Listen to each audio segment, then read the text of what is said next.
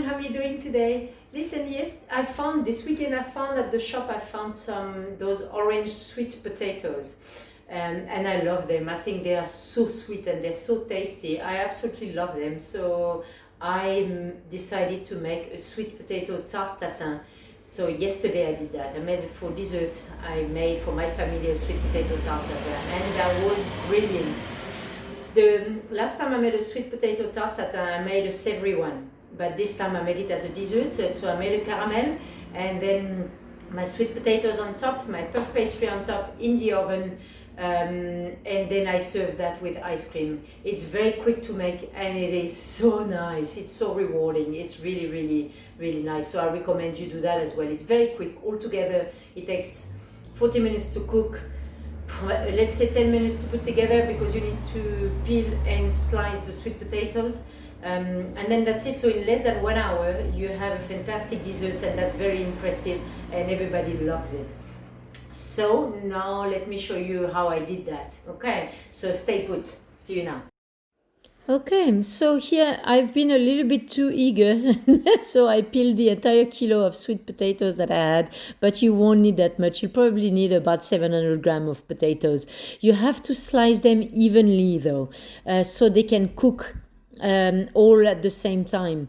Evenly, otherwise you will have some bits that are not as cooked as the others, so you don't want uncooked sweet potato. This is not nice. Okay, now you put in a cast iron pan or oven-proof dish, you put half a cup of white sugar. I use normal sugar, white sugar, and a quarter of a cup of water, just to make it like a sand texture. Then I cover it to bring it to the boil. I don't fully cover it, just a little bit. I still want to hear when my caramel starts boiling because it goes quick. You see now I got thicker bubbles and it's going to turn brown very quickly. You don't want to burn it because it's got the nasty bitter taste if you burn your caramel.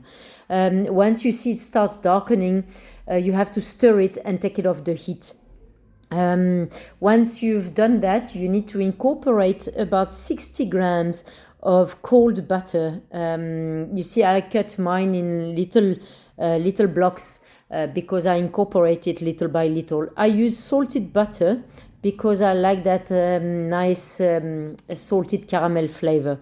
It's not too much, it's just a little hint of salt. Okay, make sure that you need to make sure that your butter is fully incorporated into your caramel, otherwise you're going to have a layer of oil on top of your caramels, and that's highly unpleasant.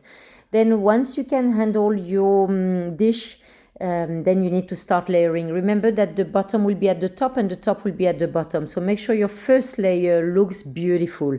Then what's at the bottom doesn't really matter. It's at the bottom. Okay, so now we are just going to cover the top with the puff pastry. Just cut your puff pastry to the size of your dish. Because it needs to be tucked in very tight on top of the sweet potatoes without any air in between, because the sweet potatoes are going to need to steam inside with the caramel and the pastry that serves as a lid. Once you're done and you've done that, you mix a little bit of milk with 1 whole egg, and then you're going to brush the top of your pastry with that. And then on top of that, you're going to sprinkle about a tablespoon of white sugar. So your pastry is going to caramelize and become very crispy when it bakes. Before you bake it though, you have to put your tart in the fridge to be cold for about 10 minutes. So the pastry doesn't burn when you put it in the oven. So preheat your oven at 180, and then when the oven is hot, then just put your tart inside for 40 minutes and then it's done. You need to wait 10 minutes before you flip it over though, because your caramel is piping hot when it comes out of the oven. So you need to make sure you don't burn yourself and that the caramel thickens a little bit. You see I spilled here. Luckily I flipped it away from my body. So remember to do that when you flip your tart tatin over.